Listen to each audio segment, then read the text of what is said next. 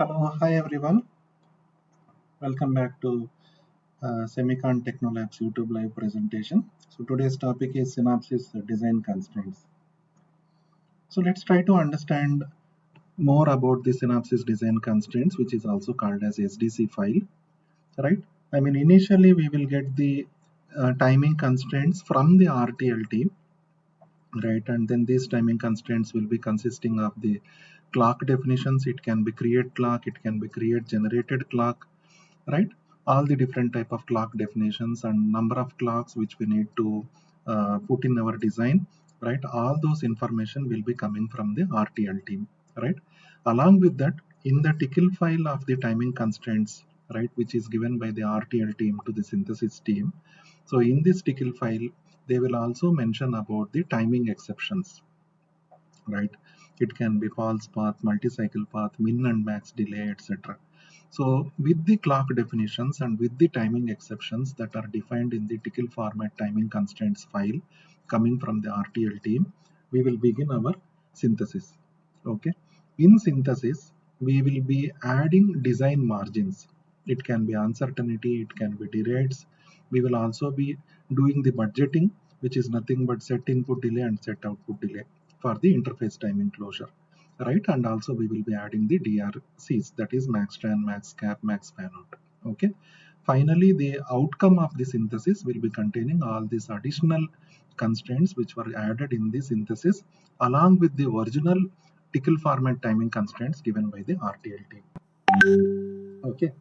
Now let's go deeper right into the, with this introduction, let's go deeper into the synopsis design constraints file. Okay. So synthesis aims at translating the high level design description, right, into an optimized gate level implementation that meets functional requirements, timing goals, area constraints, power efficiency objectives, and other design specifications. Okay. Functionality, preservation, timing closure, area optimization, power optimization, right, hierarchy and design partitioning, technology mapping, right? To obtain optimum synthesis results, designers constrain their designs with the design environment, target objectives, and design rules. Okay. The constraints may contain timing or area information usually derived from the design specifications. DC uses these constraints to perform synthesis and tries to optimize the design with the aim of meeting target objectives. Okay. Now, generally when we do the chip design, right, in VLSI, we talk about PPA, power, performance, and area. The performance factor is mainly depending upon the SDC file, right? The quality of SDC file determines how well we can optimize our performance in any of the tools, either front-end tools or back-end tools, or whether it is synopsis tools or cadence tools. Okay, so that plays a key role, right? Now, design environment. When we say design environment, right, this is how the total design looks like. Okay, let's say for example we have block A and block B. Okay, now for block A we are giving set driving cell on input signals. So what does set driving cell mean, right? Now when the block A goes and assembles back to the chip, right, we never know what type of driving cell there will be which is driving the signal to the input of this block A. Okay, so generally what we do is we try to give the least drive strength cell, right, just to be on the safer side, right? And we try to optimize the design inside the block A with respect to that port, assuming that outside cell which is driving this input signal, right, this outside cell is of least drive strength to be on the safer side. Okay, that way we are prepared for the worst case scenario, right? Now, in reality, if we can have at least medium drive strength and high drive strength cells, right, then automatically our block A internal timing will be met because we are already prepared, assuming that outside we have a very least cell, least driving cell. Okay, the same thing applies on the set drive as well. Okay, so set drive on the clock. Please see this difference. Clock is also a input signal, but then for clock we are applying set drive, whereas for other input signals we are applying set driving cell. Okay, so please remember these terminologies, okay, or the usage of these commands.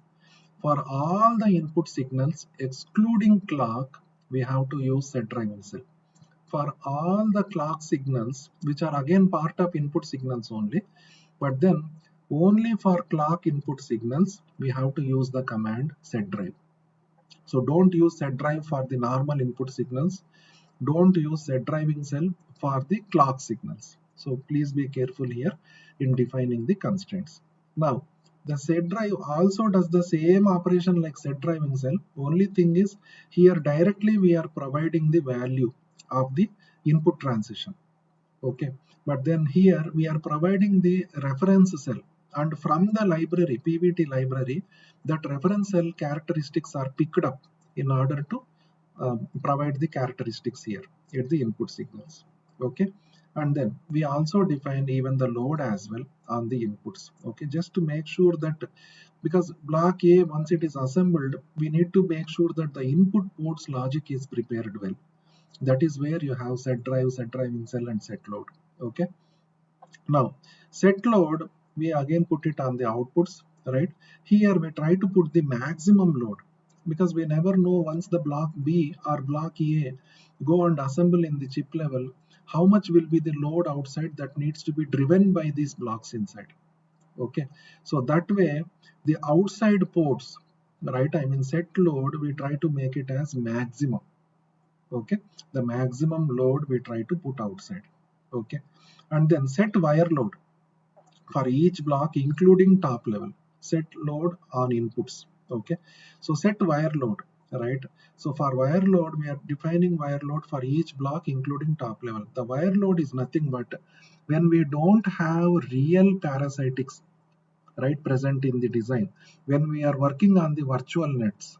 Okay, for the virtual nets, we try to assign the wire load models, okay, which are coming from the foundry, and they are defined in the PVT libraries. From the PVT libraries, we assign the wire load. Okay, we pick the wire load, appropriate wire load, and we assign it. Okay, this is used for R and C calculation of the nets, right, especially in the logic aware synthesis. Okay, for physical aware, we will move on to the TLU plus files. Now, operating condition is another thing which we can define in the SDC file. Okay, remember these are all design environment conditions in the SDC file.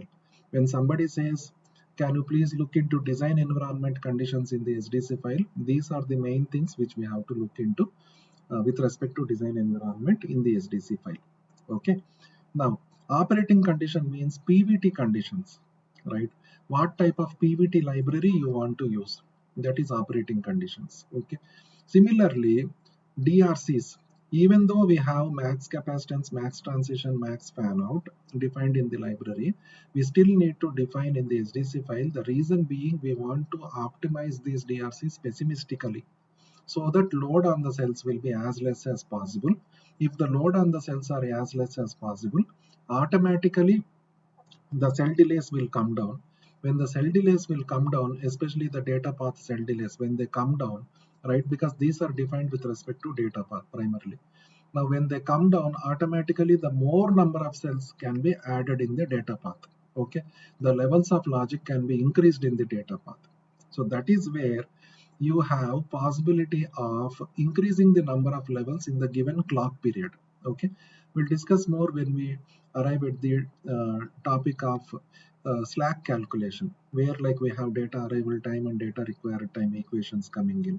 But in summary, right now, to understand, the more pessimistic values we add in the SDC, and then we close the DRCs with respect to pessimistic values, right, I mean directly proportional, the cell delays will come down, and this will help to reduce the arrival time which is needed for setup time enclosure. But word of caution is, these things will increase your area. If you add the pessimism more in terms of transition, cap, and fan out, this will obviously increase your area. Okay, because more number of buffers, more number of inverter pairs need to be added in order to meet the max capacitance, max transition, and max fan out. Okay, so these are few things which we have to do the trade-off. Okay, so blindly we cannot add the pessimism for max capacitance, max transition, and max fan out. We always need to make sure that we balance out, because we should not go ahead for increasing the area at the cost of meeting the setup time. Okay, because area is equally important, silicon area is important, right? And then it will also increase your power consumption, not just the area but power consumption also. So please make sure that power consumption and area are also in control along with maintaining the timing requirement. Okay, so these are the main design environments what we have to deal with. Okay, operating condition, DRCs, that is max capacitance, max transition, max fan out on the input and output ports of current design. Then in the top level you need to work on the set load on outputs, set wire load, right? Set loads on inputs is optional, right? But set load on the outputs is mandatory. Set driving cell for all the signals, input signals, and set drive on only the clock signals. Okay, so this is on the design environment. Now let's go to the operating conditions which we discussed in the top level design, the operating conditions, right? Now, set operating conditions. The synopsis library contains the description of these conditions, usually described as worst, typical, and best case. The names of operating conditions are library dependent. These are set in the DC setup.tcl file. If you are using the DC tool or any tool, Fusion compiler tool, right, you need to make sure that in the setup.tcl file, proper PVT libraries are defined.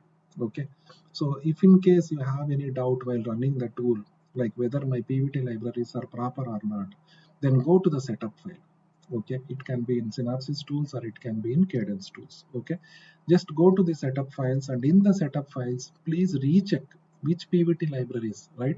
Operating conditions are nothing but your PVT libraries. So which PVT libraries are being set in the setup.tcl file. Okay. Now let's discuss about worst, typical, and best case. Okay, these are coming from the library characterization team, right? The same cell is being characterized for worst case condition where supply voltage is reduced, temperature is increased. Okay, again the same cell is characterized for typical where supply voltage is medium, temperature is medium. Okay, and finally the same cell, okay, which is uh, for which design and layout is done, the same standard cell or the same macro, it is characterized for best case, which means supply voltage is high, temperature is less. Okay, so we try to play with supply voltage and temperature so that we have three different scenarios in front of us. Okay, this is done by the library characterization team. Okay, now why do we need worst case library, typical case library, best case library?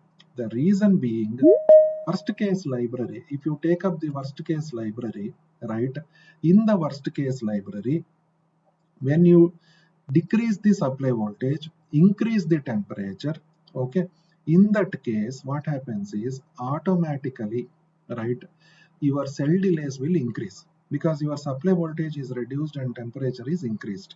Okay, now if you take up the best case, right, where supply voltage is more and then temperature is less, then here what happens is your cell delays are less. Okay, in worst case the cell delays are more and in the best case the cell delays are less.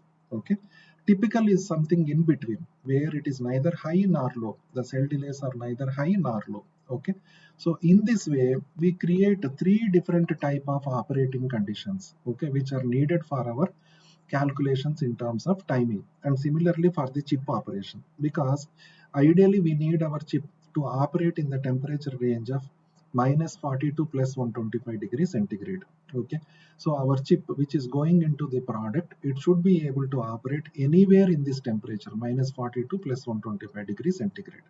Similarly, it should be able to operate at the least supply voltage that is present in the worst case and the highest supply voltage which is present in the best case. Ideally, let's say our supply voltage is 1 millivolt. Okay, now plus or minus 10% is the variation which we look into. Okay, now this 1 millivolt will become 0.9 in case of worst case because we are reducing by 10%, and then it becomes 1.1 when it comes to the best case.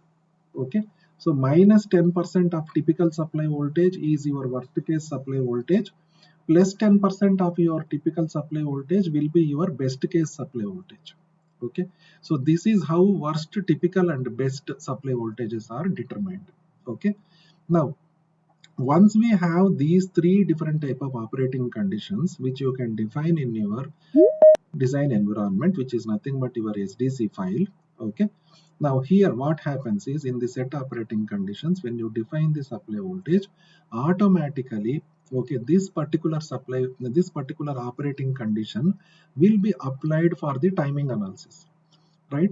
Now, if you take up synthesis, where you are giving the initial tickle format design constraints given by the RTL team, and you are setting this design environment at your end in synthesis, okay?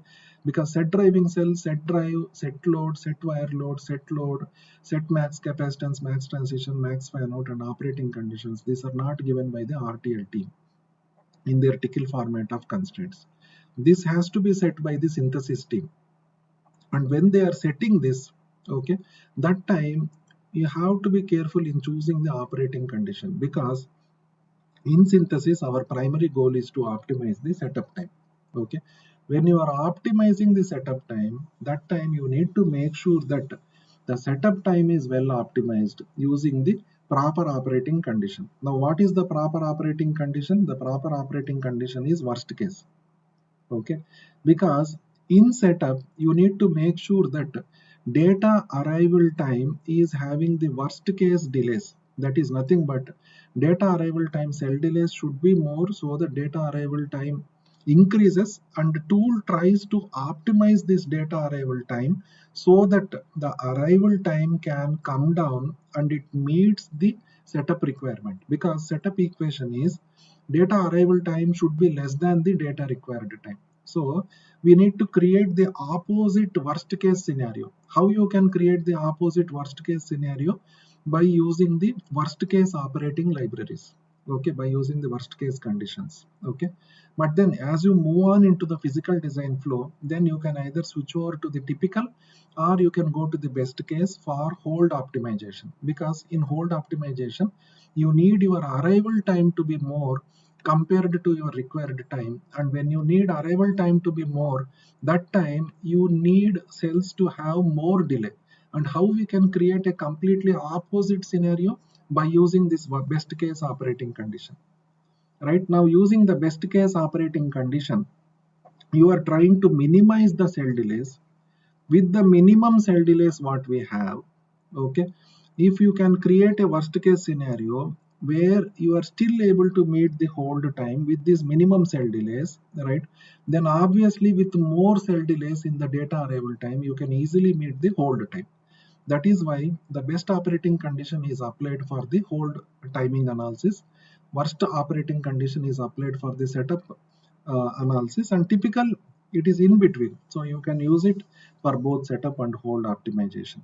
Okay, the worst case operating condition is generally used during pre-layout synthesis phase. Okay, what is meaning of pre-layout? When we do synthesis, post synthesis, when we do pre-layout STA, in order to compute the zero wire load based timing analysis. Okay, in order to make sure that synthesis engine has optimized our design properly, in order to make sure that the data path is well optimized, there are no cell delays which are beyond certain range which is impacting the setup closure, there are no multiple levels of logic which is impacting your setup timing closure. Okay, so to avoid all these kind of things, right, it is always advisable that you do the pre-layout STA. In the pre-layout STA, we will come to know whether the setup optimization done in the synthesis with respect to data path, whether it is done properly or not. Do we need resynthesis to be done in order to optimize this data path again? Because if the timing is really bad in the zero wire load, it becomes difficult to close the timing in the later stages when it enters into physical design.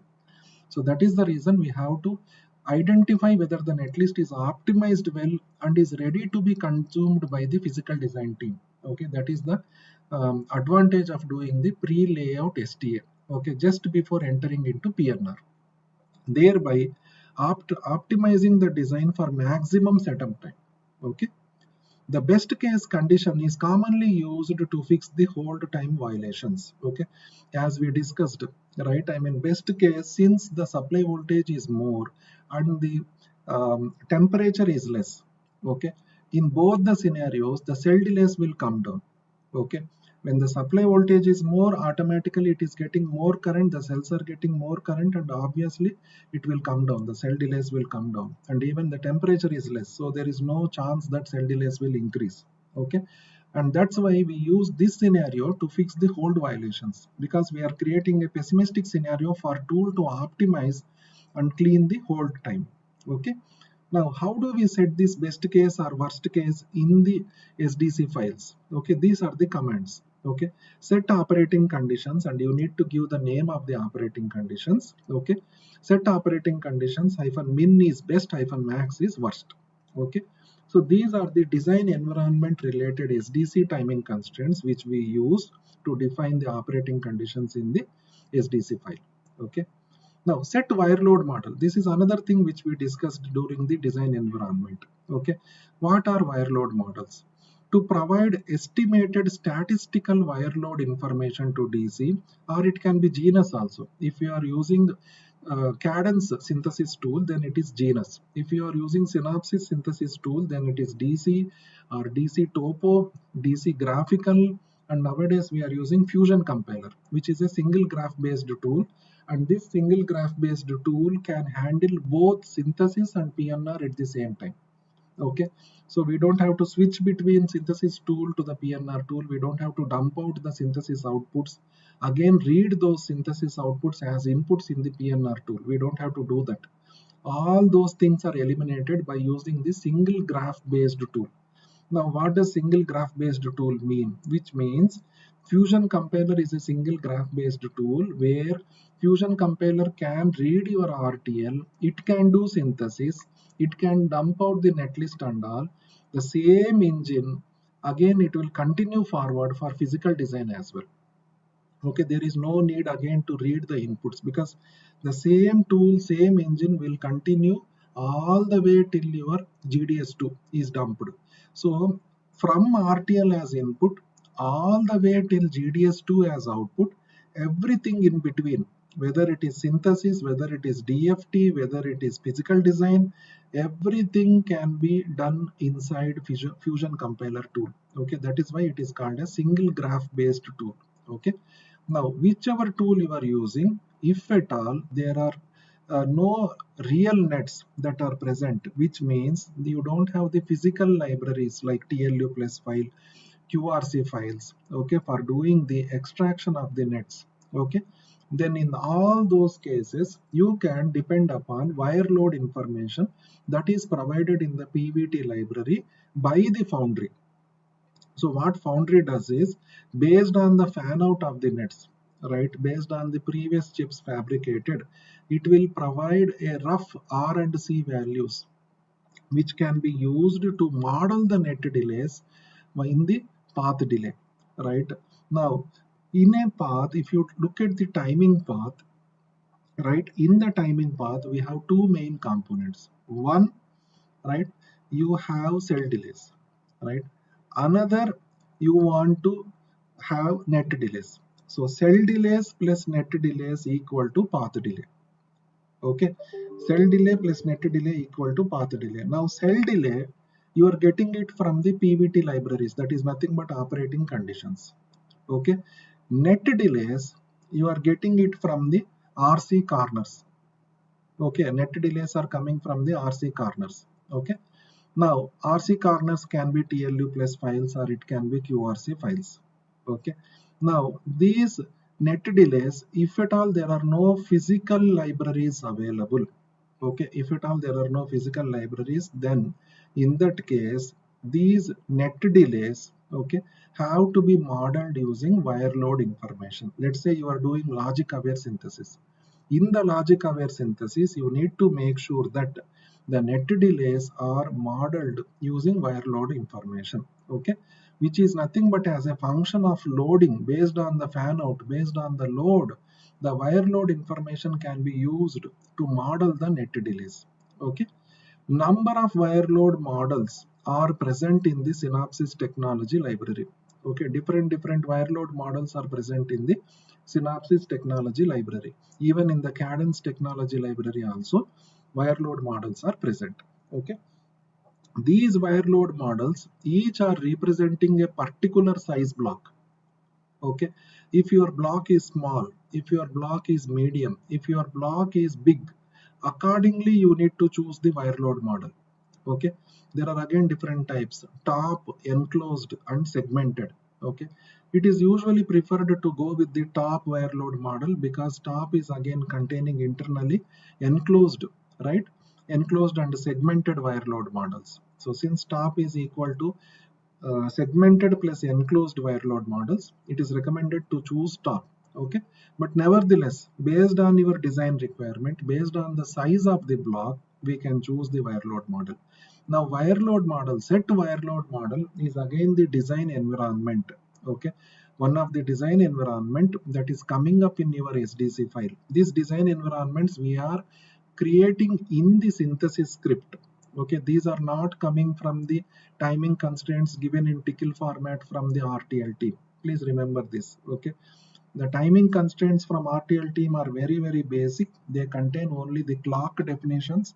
They contain only the timing exceptions, which are false path, multi-cycle path, and min and max delays. Okay, they doesn't contain any other timing constraints. Okay, so right now design environment constraints which we are discussing. So these design environment constraints are not coming from the RTL team. They are coming from the synthesis team, right? So that's where we need to have awareness what type of operating conditions we are choosing, what type of wire load model we are choosing, okay? Because your optimization purely depends upon the design environment which you are providing to the tool, okay? And all these design environments will be dumped out in the final SDC file of synthesis. Okay, once the synthesis is done and you finally dump out your SDC file as part of synthesis, that SDC file will be containing these design environments. Okay, now the commands which we use for setting the wire load in the design environment is set wire load model hyphen name wire load model. Okay, set wire load model hyphen name medium. So these are the different commands which we have to use as part of design environment in order to set the wire load models in the SDC file. Okay, finally these will be dumped out in the output SDC file as well, which will be consumed by the DFT team if we are doing DFT, and then again consumed by the PNR team as part of functional SDC file. Okay, now let's go to the next topic, that is set drive. Okay, set drive is also one of the design environment commands which are present in the SDC file. Okay, set drive command is used to specify the drive strength at the input port. So as we discussed, okay, set drive, please use it only for the clock signals, because here directly we are specifying the drive strength at the input port. Okay, so please don't use set drive for the regular input signals. For the regular input signals, you need to use set underscore drive underscore cell, set driving cell.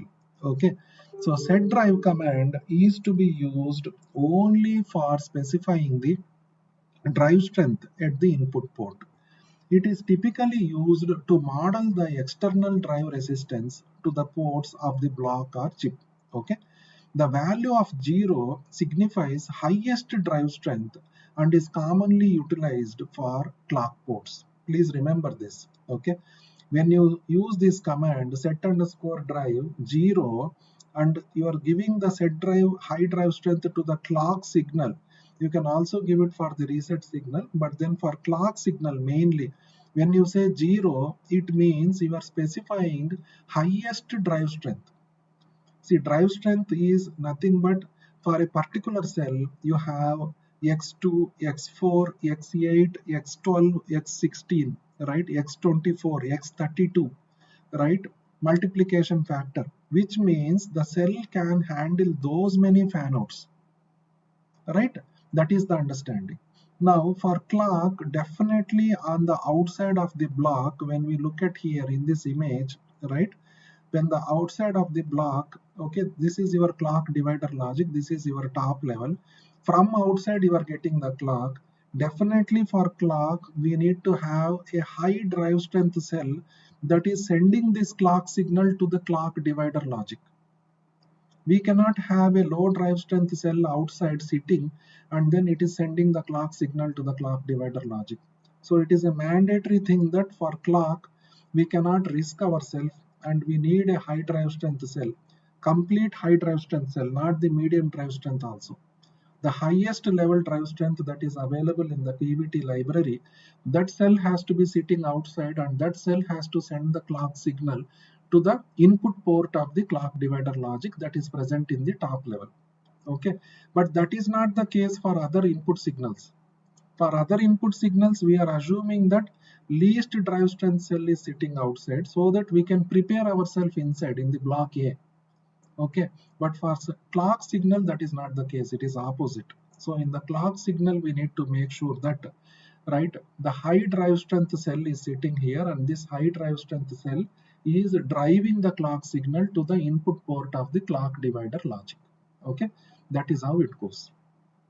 All right, now let's look at the commands. Okay, so the value of 0 signifies highest drive strength and is commonly utilized for clock ports. Okay, here we have given even the reset signal. Reset is one such signal where it is similar to clock and then it has multiple fan outs going out, and that is where for reset signal we don't use clock tree synthesis.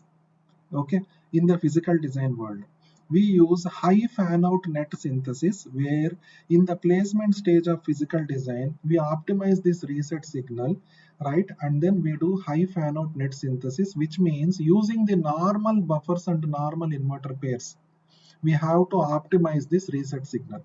Okay, that is how it goes. All right, now set drive is another important command in the set operating conditions. Okay, where in the design environment we are trying to make sure that all these things are taken care in the design environment. Okay, set operating conditions, set drive on the clock, set driving cells on the input signals. Okay, set wire load for each block including top level. Okay, set load on outputs. Okay, then set max capacitance, set max transition, set max fan out on input and output ports of current design, set operating condition on the whole design. Okay, so please remember these design environments which are getting set in the synthesis tool. Okay, as part of the design environment, and accordingly the optimization happens in the synthesis tool, and finally the SDC file that is getting dumped from the synthesis tool will be containing this design environment. Okay, so the design environment will be containing all these design environments, like all the way from operating condition to the set load to set wire load, so set drive and set driving cell. Okay, so these design environments will be driving the optimization as per the actual constraints given to the tool. Okay, so we'll learn more about this, right? We'll continue from set driving cell in our next YouTube live presentation next week. Okay, so till then, happy learning, right? And then make sure that you understand the Synopsys design constraints thoroughly, right, so that you can utilize the SDC file effectively for optimizing your design and to meet the performance in the PPA requirement. Okay, till then, happy learning, and then we'll catch up again next week. Thank you so much.